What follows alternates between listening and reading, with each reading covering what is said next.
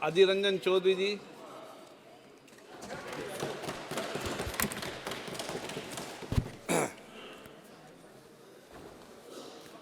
Sir, I rise to dwell on the motion of thanks on presidential address, which is consisting of 32 pages and 39 paras, according to the Article 87/1 of our Constitution. Sir, I do not understand the few political jargon that has been enshrined in the presidential address. First of all, what is called Viksit Bharat? What does it mean by Viksit Bharat? I don't have any distinct idea of it. And when should we wait till 2047 to obtain Viksit Bharat? That also I do not know. I do not even know that till citing the Viksit Bharat, whether all of us will be alive or not. So naturally, I am little bit eager to know about the parameter, about the definition of what is called Viksit Bharat.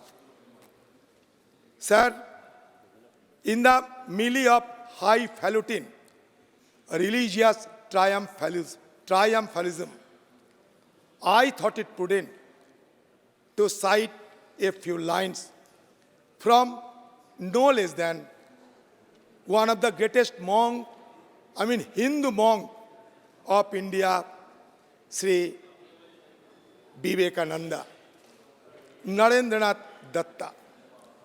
In the year 1893, 11 September, he joined in the Parliament of Religions in Chicago. There, he preached the idea of India, the idea of Hinduism to the people of the globe. Sir, he said that if the Parliament of Religions has shown anything to the world, it is this. It has put to the world that charity, holiness, and purity are not the exclusive possession of any church in the world. Every system has produced men and women of the most exalted character. In the face of this evidence, if anyone dreams of the exclusive survival of his own religion and destruction of every religion will soon, I pity for them from the bottom of my heart and point out to them that upon the banner of every religion will soon be written in spite of the resistance, help, not fight, assimilation, not dissension, peace and harmony, not destruction. Sorry, help, not fight, assimilation, not destruction, harmony and peace, not dissension. Sir, Swami Vivekananda proudly said to the people of the world that I am proud to belong to a religion which has taught the world universal acceptance and tolerance, which has taught the world not only the universal acceptance and toleration, but also believe that all the religions in the world are true. I am proud to belong to the nation which has sheltered all the persecuted religious persons and refugees to these nations. Sir, that is the country that we have inherited. Sir, now the situation has been turning in such a rapid manner that it has been created some sorts of apprehension and fear among the minority populations of our country. Sir, he had warned us that secularism, bigotry, and its horrible descendant fanaticism have long possessed this beautiful art. It has filled the art with violence, drenched it with human blood, sent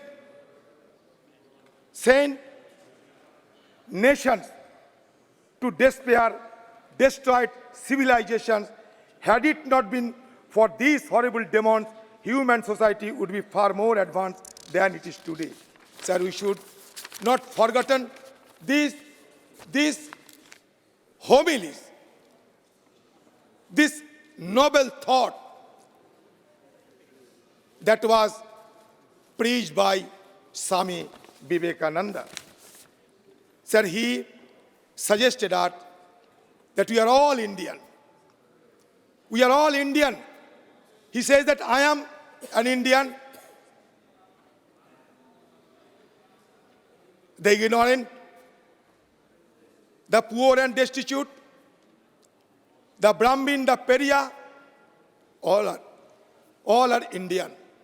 Indian gods and goddesses are my God. Indian society is my life. Indian society is the cradle of my infancy, the pleasure garden of my youth, the sacred heaven, Varanasi, in my old age. Indian soil is my heaven. India's good is my good. Sir, that is why I thought it prudent to warn those honorable members who are illuminating the discussions in this august house. Sir, here in the presidential speech which has been referred, that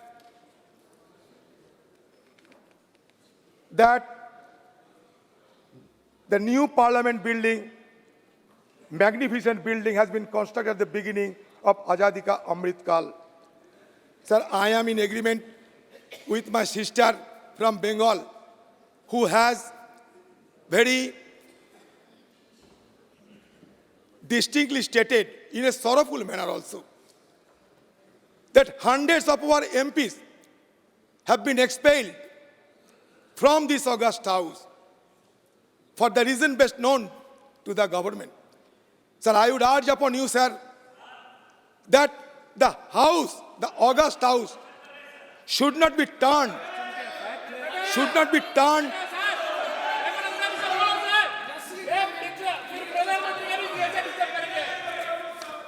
Sir, the august house should not be turned into a throttling chamber of democracy. So the reason behind it, that parliament means a panchayat of debate, discussion, disagreement, and dissent. This is the laurels of the parliamentary system of our country that should not be sunk into oblivion. Sir, मैं और एक बात कहना चाहता हूँ. राजनाथ सिंह को देखकर मुझे ये लगा कि एक बात कहना जरूरी है. हम सारे यहाँ गरीबों के बारे में चर्चा करते हैं, किसानों के बारे में चर्चा करते हैं, बेरोजगारी के बारे में चर्चा करते हैं, करना वाजिब है. लेकिन मैं एक दूसरे और निगाहों खींचने की कोशिश करते हैं. सर, ये प्रेसिडेंशियल एड्रेस में हमारा सिक्योरिटी कंसर्न के बारे में एक लफ्ज नहीं कहे गए. मैं पूछना चाहता हूं हमारा रक्षा मंत्री जी को, बताइए लद्दाख की हाल क्या है. आपने कहा था कि स्टेटस को एंटी को रेस्टोर करेंगे, यथास्थिति को बहाल करेंगे. कहां बहाल हुई है. सर, दिन पे दिन लद्दाख की हालत बुरा होते जा रहे हैं. 2000 स्क्वायर किलोमीटर एरिया अतिक्रमण हो चुके हैं.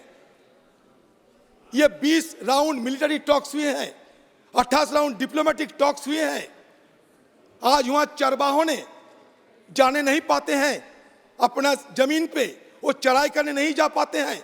लद्दाख के लोगों को पूछिए क्यों ऐसा हो रहे हैं, क्यों आप चुप बैठे हैं. अरुणाचल से लेकर लद्दाख तक हाल दिन पे दिन बुरा होते जा रहे हैं. जब गलवान घाटी में इस तरह की घटना घटी, जहां हमारा 20 जवानों को शहादत देने पड़ी, आपने कह दिया, सर्टिफिकेट दे दिया, कोई नहीं घुसा, कोई घुसा हुआ नहीं है। इसमें सबसे बड़ा अगर हिम्मत किसी को मिली है तो चाइना को मिले। आप देखिए, आपकी जमाने के पूरे 2014 से लेकर आज तक एक के बाद एक चाइना पॉलिसी में आप फेलियर और फेलियर अब दर्शाते हैं। 2014 में देखो, 2017 में देखो, 2019 में देखो, 2022 में देखो, कभी डोकलाम, कभी लद्दाख, कभी अरुणाचल, एक के बाद एक देखते जाइए। हमारे फॉरेन पॉलिसी में और सिक्योरिटी हालात दिन पे दिन बदतर होते जा रहे हैं। आपको ये नहीं सोच आ रहे हैं? आज मालदीव में क्या हो रहे हैं? अब मालदीव में क्या हो रहे हैं? इंडिया आउट नारा लगाते हुए एक चुनाव होते हैं और आपका उस समय 1966 में अध्यक्ष महोदय, श्री अधीर रंजन जी चौधरी ने चूंकि मेरा नाम लिया है इसलिए मैं खड़ा हुआ हूं। जो कुछ भी इन्होंने कहा है चीन के संबंध में और साथ ही साथ भारत और चीन बॉर्डर एलएसी के संबंध में जो कुछ भी कहा है उससे मैं पूरी तरह से असहमति व्यक्त करता हूं, उसको मैं विस्तृत खंडन करता हूं। और कभी इस पर यदि आप चर्चा की अनुमति देंगे तो मैं अपनी बात उस पर मैं रखूंगा। सर, चीन पे चर्चा नहीं होते, चीन पे सवाल नहीं लेते सर। सर, मैंने आपसे इजाजत लिया था सर, मैंने आपसे इजाजत लिया था कि मैं सिर्फ पॉलिसी में बात करूंगा सर, और कुछ नहीं। राजनाथ सिंह जी, पिछले कई सालों से बार बार हम लोग गुहार लगाते आते हैं कि चाइना के बारे में चर्चा हो, चर्चा हो, चर्चा हो। चाइना आज स्टिंग ऑफ पाल की चलते हमें घेरेबंदी कर रहे हैं। आपको ये नहीं देख पाते हैं आप? अरे मालदीव हमारा हाथ से निकल जा रहे हैं। मिनी कोई से 70 नॉटिकल किलोमीटर दूर में है मालदीव। आपको 8 डिग्री चैनल की पता है? 8 डिग्री चैनल मिनी कोई से मालदीव के अंदर चलते हैं। लक्षद्वीप से मिनी कोई के अंदर 9 डिग्री चैनल और मिनी कोई से मालदीव 8 डिग्री चैनल। भूगोल आप देख लीजिए। हमारे लाइन, हमारे सी लेन ऑफ कम्युनिकेशन जिसको कहता है स्लॉक, एक तरफ हरमुज, एक तरफ मलक्का, अरे एक तरफ हरमुज, एक तरफ मलक्का। अध्यक्ष महोदय, मैं Gulf of Aden. Please please please please please अध्यक्ष महोदय, मैं इस सदन को आश्वस्त करना चाहता हूं कि भारत अब यह कमजोर भारत नहीं रहा है। भारत अब यह ताकतवर भारत बन गया है। भारत की तरफ यदि कोई भी आंख उठाकर देखने की जरूरत करेगा तो भारत उसका मुंहतोड़ जवाब देने की हैसियत रखता है और ताकत रखता है। इतना ही मैं कहना चाहूँगा। और अनावश्यक अपने देश को इस पार्लियामेंट के फोरम पर बदनाम नहीं किया जाना चाहिए। अधीर रंजन जी चौधरी, कभी कभी कभी कभी कभी चर्चा करनी होगी तो हम आपसे चर्चा कर लेंगे। मैं कोई मानगढ़ंत बात नहीं करते। राजनाथ सिंह जी, भरोसा रखो। मैं भी एक शेख होल्डर हूं इस सरकार की, देश की। मैं जो कहे जाते हैं, ये औपचारिक तरीके से जो कहे जाते हैं, पेपर में कहिए, टीवी में कहिए, उसी को मैं जिक्र करते हैं। अधीर रंजन जी, रक्षा मंत्री जी ने आपको स्पष्ट कर दिया इस विषय पर कि हम कोई भी चीज पर समझौता न करते हैं, न करेंगे। और मैं यह भी अध्यक्ष महोदय यह भी स्पष्ट कर देना चाहता हूं, यदि यहाँ पर भले ही इनकी पार्टी की सरकार होती, कांग्रेस की सरकार होती, यदि देश के मान सम्मान और स्वाभिमान का प्रश्न रहता तो हमारी पार्टी पुरजोर तरीके से साथ खड़ी रही है और आगे भी वह खड़ी रहती। इस तरीके से इस पार्लियामेंट के फोरम पर अपने देश को बदनाम करना, इसका कोई औचित्य नहीं है। अध्यक्ष महोदय, इनकी इस अप्रोच को मैं कंडेम करता हूं। सर, बोलने तो दीजिए। सर, कांग्रेस पार्टी की तरफ से मैं बड़ी दावे के साथ कहते हूं, मेरा नेत्री यहां मौजूद है। देश की रक्षा के लिए सर एक कांग्रेस पार्टी आपके साथ खड़ा है। आप निश्चित रहिए, आप सब लड़ते जाइए। आप लड़ते नहीं, इसीलिए हम आपको जिक्र करते, लड़ते नहीं हो। आपको लगता है डरपोक होते जा रहे हैं, इसलिए हमें चिंता हो रहे हैं। आप लड़ते जाओ, मैं नहीं, सारे देश आपके साथ खड़ा होंगे। आप नकार नहीं सकते। आज मालदीव में चाइना रिसर्च शिप पहुंचा है, आज मालदीव में। अब बताइए, हाइड्रोग्राफिक सर्वे बंद हो चुके हैं। हमारा फौज को वापस के लिए हुक्म दिए गए हैं और इंडिया आउट के नारा पर एक देश में चुनाव होते हैं जो हमारी देश से सिर्फ 70 नॉटिकल किलोमीटर दूर में है। आप चुप क्यों बैठे थे? क्यों आप चुप बैठे थे? क्यों भूटान के साथ चीन का रिश्ता बढ़ रहे हैं? क्यों? हमारे गलती कहां? देखो अधीर रंजन जी, अब बढ़ो आगे सर। ये सर मुद्दा है सर, बहुत बड़ा मुद्दा। सर देखिए 1966 में मालदीव के साथ हमारा संपर्क बने थे। आपको याद दिला दे, राजीव गांधी की जमाने में 1988 में ऑपरेशन कैक्टस हम लोग किए थे मालदीव को उद्धार करने के लिए। उस समय आतंकवादी ने मालदीव को कब्जा कर लिया था। राहुल गांधी जी के नेतृत्व में ऑपरेशन, राजीव गांधी की नेतृत्व में, सॉरी दिवंगत नेता राजीव गांधी की हर वक्त राहुल गांधी जी के चलते हैं ना, इसमें होते हैं। बस ठीक है, मैं मान लिया गलती है। दिवंगत नेता हमारे डिपार्टेड लीडर स्वर्गीय राजीव गांधी जी के नेतृत्व में 1988 में ऑपरेशन कैक्टस हुआ था और गायुम को हम लोग वहां से उद्धार किया था। पता कर लो। अभी इसीलिए ना कहता हूं, आप कहते हैं ना कांग्रेस नहीं, सारे देश आपके हमारे जहांबाज जवानों के साथ खड़ा है। आपने यहाँ बड़े बड़े दावा करते हैं। आज प्राक ऑक्युपाइड कश्मीर के सिर चीरकर चाइना पाकिस्तान कॉरिडोर बन रहे हैं, कासगढ़ से गदर तक। आपने ये सदन में खड़ा होकर कहते थे कि हम पीओके को कब्जे में लाएंगे, पीओके को कब्जे में लाएंगे। हिम्मत है तो पीओके से एक सेब की पेड़ से एक सेब चीर कर एक सेब लाके दिखाइए कि हाँ हम पीओके से एक सेब लाए हैं। हिम्मत नहीं है आपका। मैं इसलिए आपको चेताना चाहते हैं, या और कुछ नहीं, चेताना चाहते हैं। एक तरफ पाकिस्तान, एक तरफ चाइना, बर्मा की हाल, म्यांमार की हाल बुरा होते जा रहे हैं। हुआ कुकी और मेथी के बीच जो झगड़ा, उसके चलते म्यांमार की हाल बुरा होते जा रहा है। म्यांमार में चीन अपना पोर्ट बना रहे हैं, श्रीलंका में हम मनतोता पोर्ट बना रहे हैं, ईस्ट अफ्रीका में जिबूती पोर्ट बना रहे हैं। अभी मालदीव अगर कब्जा में लाएंगे तो हमारे स्लॉक मतलब सी लेन ऑफ कम्युनिकेशन, जहां से हमारा सारे एनर्जी आते हैं, सारे ट्रेड होते हैं, हमारे खतरे में आएंगे। इसलिए हम चेताना चाहते हैं और कुछ नहीं। क्योंकि देखिए चारों तरफ पहाड़ है, हमारे निकालने की रास्ता से समुद्र है। अगर हुआ में पाबंदी लाए जाए जो चाइना चाहते हैं, हमारे लिए बड़ा मुसीबत खड़ा होगी। चलो आगे। मैं इसीलिए आपको चेताना चाहते हैं और कुछ नहीं। सर देश की सुरक्षा सर्वोत्तम होना चाहिए। मैं इसीलिए कहता हूं, चुशुल से लेकर देवशक देमचक हर जगह खत्ते में हम गुजर रहे हैं। यहाँ बड़ी बड़ी बात तो किए जाते हैं, लेकिन मेंबरों ने आप थोड़ा खुले मन से सोचिए एक बार कि हमारा सिक्योरिटी सिचुएशन बुरा होते जा रहे हैं। चीन हमें एनसर्कलिंग कर रहे हैं, स्ट्रिंग ऑफ पर्ल। उसके बदले हम कहते हैं कि नेकलेस ऑफ डायमंड बनाता है, लेकिन असरदार नहीं होते हैं। इसलिए आप और तेजी से काम करो। सारे विपक्ष आपके साथ खड़ा होंगे। ये बड़ी बड़ी बात किए जाता है। उस दिन तो कहते कि $7 ट्रिलियन की हमारी इकोनॉमी बन चुके हैं। कहाँ से आपके इतने ट्रिलियन डॉलर आते हैं मुझे पता नहीं। शायद इस सरकार के ऊपर हथिया बरस रही है, हो सकता। शायद सरकार की कुछ अलग से तिलस्मा हासिल हुए हैं। कहाँ से ये $7 ट्रिलियन की बात करते हैं मुझे पता नहीं। मैं एक बात कहना चाहते हैं, लोगों को गुमराह करने के लिए 5th इकोनॉमी 3rd इकोनॉमी बताए जाते हैं, लेकिन आप बताइए पर कैपिटा हमारे देश में पर कैपिटा जीडीपी क्या है? आप बताइए पर कैपिटा जीडीपी क्या है हमारा देश में? आज 2023 में पर कैपिटा जीडीपी $2600। अब जिस दो देश को किनार करके आप आगे बढ़ना चाहते हैं, जर्मन और जापान, जर्मन के पर कैपिटा जीडीपी के कितने जानते हैं? $52,800। जापान के $33,950। आप $2,600 लेकर बड़ा फुटानी कर रहे हैं कि मैं क्या ना क्या कर दिया। ऐसा नहीं होगा, ऐसा नहीं होगा। आप लोगों को गुमराह करने की अगर कोशिश करेंगे, हम जरूर विरोध करेंगे आप लोगों को।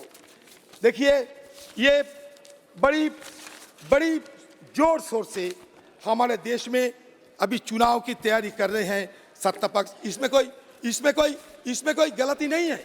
देखिए मैं याद दिलाना चाहता हूं सारे हिंदुस्तान के लोगों को, 2014 साल में चुनाव हुआ था। उस समय लोगों को बरगलाने के लिए ये कहे गए थे कि अच्छा दिन लाएंगे, 25 लाख हर लोग की जेब में 15 लाख रुपया हम बाहर से काले धन लाकर हम देंगे। चुनाव खत्म हो गए, सत्ता में आ गए, सत्ता में आने के बाद आपका नेता कह रहे हैं कि ये चुनावी जुमला है। दूसरी बारी आ गया 2019 में, पुलवामा में हमारे 60 जवान शहीद हुई। वहां के गवर्नर मालिक साहब ने कहते थे कि वहां के सरकार की लापरवाही से हमारे जवान शहीद हुई थी। मैं नहीं, मालिक साहब गवर्नर कहते थे। उसके बदले में आप बालाकोट में हमला किया, सारे देशवासियों के अंदर एक जोश पैदा हो गया कि हमारे देश बदला ले रहे हैं। लेकिन उसके बाद हमें कोई जानकारी नहीं मिला, क्या हुआ ना हुआ कोई जानकारी नहीं मिला। हमें चश्मदीद गवाह के साथ ये देख पाए हैं कि हमारे एक मिग 21 को वहाँ क्रैश होने देखा, हमारे एक C-17 हेलीकॉप्टर को हम लोग तबाह होते देखा फ्रेंडली फायर में, उसमें 6-7 हमारे एयर पर्सनल उनको हम शहादत होते हुए देखा। कहे गए थे कि पाकिस्तान के F-16 को हम मार गिराया, पता नहीं कहाँ गिराया। और बालाकोट में असलियत क्या हुई आज तक पता नहीं, क्योंकि आपने कुछ कहा नहीं आज तक। उल्टे तरफ से सारे इंटरनेशनल एजेंसी कहते हैं कि बालाकोट में ऐसा कोई सीरियस कॉन्सिक्वेंसेस कुछ नहीं हुई। मैं उदाहरण के तौर पर कहना चाहता हूं, analysis of open source satellite imagery by the Atlantic councils digital forensic laboratory, San Francisco based Planet Laboratories, European Space Imaging and Australian Strategic Policy Institute has concluded that India did not hit any targets of significance on the Java hilltop site in the vicinity of Balakot. मैं नहीं कहते, मतलब बालाकोट की घटना आज भी लोगों के सामने स्पष्टीकरण नहीं हुई है। बालाकोट में क्या हुआ है, अगर हो सके तो आप बताइए। हमारे और एक कद्दावार मंत्री आ गए अमित शाह जी, बता सकते कि बालाकोट में असलियत हुआ क्या था, ये आज तक इसका जानकारी नहीं है। फिर नया चुनाव आ रहे हैं, जब चुनाव दरवाजा खटखट रहे हैं तो आप प्रभु राम जी की शरण ले रहे हैं, अच्छा कर रहे हैं। प्रभु राम जी की शरण लेना कोई गुनाह नहीं। आप कहते कि राम राज्य हम लाके देंगे। देखिए महात्मा गांधी को जिस दिन गोली से भून दिया गया था नाथुराम गौडसे नामक एक व्यक्ति द्वारा, उस दिन भी महात्मा गांधी देहांत लेते हुए उस समय कहा था, हे राम, मतलब राम को सब शरण करते हैं। एक राम जो दशरथ का बेटा, एक राम घट में लेटा, एक राम है जो जगत पसेरा, एक राम है जगत से न्यारा। तो राम को हम सब मानते हैं, ऐसा नहीं। आप राम का आपका पेटेंट मत बनाइए, राम आपका चुनावी पेटेंट ना हो, ये मैं चाहता हूं। राम सबका है। और हमारे देश हिंदुस्तान 4 वेद है, यहाँ 4 वेदों हैं, मिलियंस ऑफ गॉड्स, लाखों की भगवान है हमारे देश में, 18 उपनिषद है, 2 महाकाव्य है। ये देश कोई छोटी मोटी देश नहीं। यहाँ आप लोग इस तरीके की राम को अपना पेटेंट बनाने की कोशिश ना करें तो लोग आपको धार्मिक कहेंगे।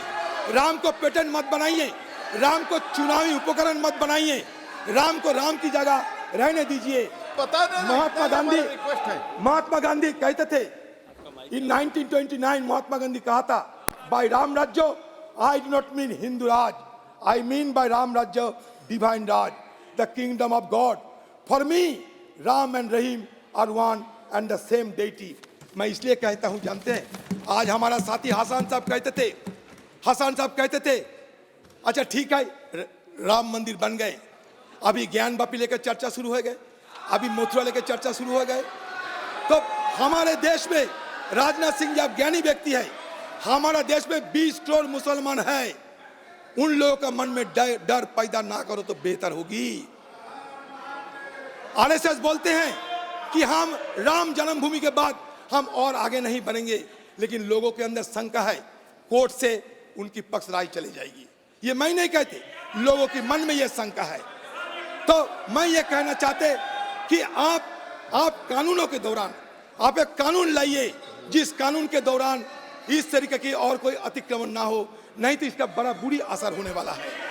Sir organisation of Islamic country ये इसको संज्ञान में लिया, मानिए ऑर्गेनाइजेशन ऑफ इस्लामिक कंट्रीज को संज्ञान में लिए हैं। प्लीज सर हमारे आजू बाजू में सब देश में ऐसा नहीं कि हर जगह हिंदू है, मुसलमान भी रहते हैं, उनको मन में पीड़ा हो, ऐसा काम ना करे तो देश के लिए बेहतर होगी। मैं सबको अच्छा सलाह देना चाहते हैं और कुछ नहीं, मैं अच्छा सलाह देना चाहते हैं कि ये हमारा फर्ज बनते हैं सरकार को अच्छा सलाह देना। सर मैं ये सरकार को और एक बात करना चाहते हैं कि ये कहते हैं कि हम बड़ा तरक्की कर रहे हैं, लेकिन 2023 के रिपोर्ट के मुताबिक ग्लोबल हंगर इंडेक्स में 111 नंबर स्थान पे हम आ पहुंचे। अच्छा, दूसरी बात, ये भ्रष्टाचार के खिलाफ करने वाला सरकार है, लेकिन करप्शन परसेप्शन इंडेक्स 2023 में कहे जाते हैं कि India ranks 93 out of 180 countries in the corruption perception index. Least happy nation, जिस देश में सुख नहीं है, जिस देश में दुख ज्यादा है, उसको कहते हैं कि least happy nation. Least happy Nations in the world out of 136 India ranks 126। ये मान के चलो। पर कैपिटा इनकम सारे दुनिया में 197 देश के अंदर पर कैपिटा इनकम में हमारा हालत क्या है जानते हैं? 142। लोगों को कहिए कि भाई जेब में हाथ करके रखो और कहो कि मोदी तुमको क्या दिया, बीजेपी सरकार ने क्या दिया। जेब में हाथ रख के कहो। आज तक आपको हिम्मत नहीं हुई पर कैपिटा एक्सपेंडिचर की आंकड़ा पेश करने के लिए, हिम्मत नहीं हुई आपका ये हिम्मत नहीं हुई। वर्ल्ड प्रेस फ्रीडम इंडेक्स कहते हैं आउट ऑफ 180 इंडिया स्टैंड 161। मतलब हमारे देश में मीडिया वालों को आज़ादी नहीं है, दिन पे दिन वो आज़ादी खतरे में जा रहे हैं। तो एक डेमोक्रेसी को बचाने के लिए मीडिया को आज़ादी चाहिए, लोगों को आज़ादी चाहिए। सारे देश में हर समुदाय के लोगों के बीच एक शांति की माहौल, एक निश्चित जिंदगी की माहौल बनाना चाहिए। अगर ये आप ना बना पाते तो देश आगे नहीं जा पाते। सर हमें बहुत कुछ करना है। हमें राजीव जी कहते थे कि हमारे देश में एक मॉडर्न इंडिया होने के लिए हमें इंफॉर्मेशन टेक्नोलॉजी की क्रांति करना चाहिए। वो करके दिखाइया। वो कहते थे मेरा भारत महान, और मेरा भारत महान के चलते उन्होंने अपना रास्ता अपनाते हुए देशवासियों को भरोसा दिया था। मैं उनका एक कोट करना चाहते हैं, we cannot and will not rest until we have owned true Swaraj for the hungry and spiritually starving million। Rajiv ji ये कहते थे। जवाहरलाल नेहरू कहते थे culture is the soul of a nation, it is what makes us who we are and gives us a sense of identity. यही हमारा देश की परंपरा होते हैं। ये परंपरा को हमें बचा के रखना चाहिए। मैं मालदीव की बात करते थे तो आपने चिल्लाने लगे, लेकिन मालदीव की हालत आप देखो। उसके साथ साथ हमारे आजू बाजू में और एक छोटी सी एक अग्निवीर के बारे में भी आप दोबारा सोचिए। ये अग्निवीर के चलते नेपाल के साथ हमारा रिश्ता खराब होते जा रहे हैं। 1947 में ट्राइपार्टाइट एग्रीमेंट हुई थी ब्रिटिश, इंडिया और नेपाल के साथ कि उनकी देश के जवानों को हम अपने फौज में रख सकते, हम अपने फौज में भर्ती करा सकते। लेकिन अग्निवीर के चलते उन लोग थोड़ा परेशानी में है। हमारे काला पानी के लेकर नेपाल से थोड़ा टकराव भी है। चीन चाहते हैं नेपाल के अंदर घुसने के लिए, आप सतर्क रहिए। मैं सब चेताना चाहते हैं। भूटान, नेपाल सब हमारे पड़ोसी देश है। बांग्लादेश में सबमरीन डिप्लोमेसी हो रहे हैं। म्यांमार में कालियापो एक पोर्ट बना रहे हैं। श्रीलंका में हम्मनतोता बन चुके हैं। पाकिस्तान में गदर बन चुके हैं। हम कहाँ जाएं? चारों तरफ घेरेबंदी में फंस रहे हैं। मैं मानता हूं आप जरूर प्रयास करते हैं, लेकिन कुछ ठोस कदम उठाने से हमारा लाभ होगी। इसीलिए मैं आपको ये सलाह देना जरूरी समझा और इसलिए सलाह आपको दे रहे हैं। मैं सर ये बात कहते हुए मैं ख़त्म करना चाहते हैं। सर मैं जानता हूँ अब समय काफ़ी कम है। देखिए बात यह है कि हमारा देश में सब धर्म के लोग हम मिल के रहें, यही हमारा मकसद है। एक मिनट, एक शाहिर ने कहा था काबे में रहो या काशी में निस्बत तो उसी की बात से है, तुम राम कहो या रहीम कहो, मकसद तो उसी की जात से है। ये मान के हम चले। और मैं परशुराम शुक्ल को उनकी एक कविता यहाँ उल्लेख करना चाहते हैं। धरती से सीखा है हमने सबका बोझ उठाना, गगन से सीखा है हमने ऊपर उठते जाना, सूरज की लाली से सीखा जग आलोकित करना, चंदा की किरणों से सीखा सबकी पीड़ा हरना, पर्वत से सीखा है हमने दृढ़ संकल्प बनाना, और नदी से सीखा है हमने आगे बढ़ते रहना, सागर की लहरों से सीखा सुख दुख को सह जाना, तूफानों ने ये सिखलाया आफत से टकराना। हम आफत से टकराएंगे, हम आगे बढ़ेंगे और देश को आगे ले जाएंगे।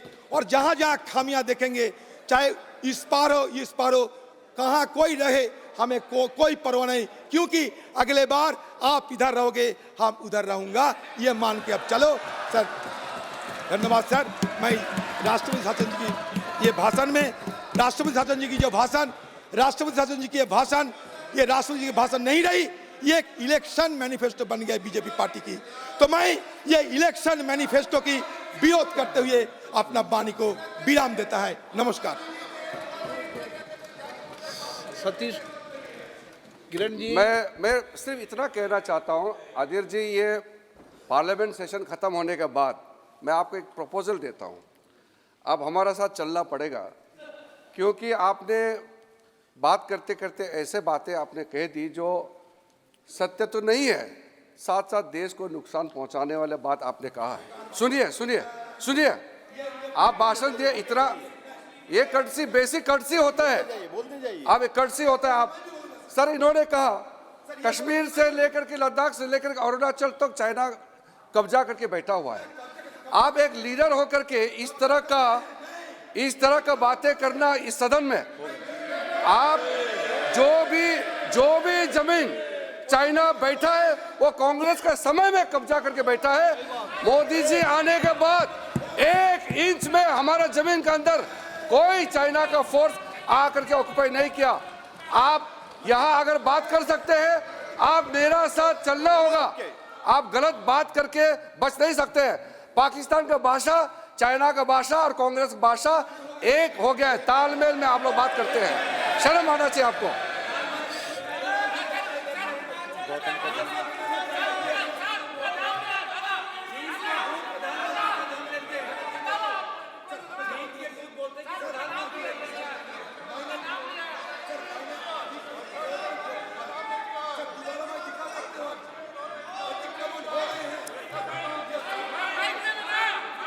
हाँ क्या मैंने कहा अतिक्रमण करने का कोशिश हो रहे हैं। लद्दाख से अरुणाचल चाइना ने 3340 किलोमीटर बॉर्डर में अतिक्रमण करने की कोशिश हो रहे हैं। ओके जो हो बोल दिया ना इन्होंने, अपनी बात कीजिए। सतीश गौतम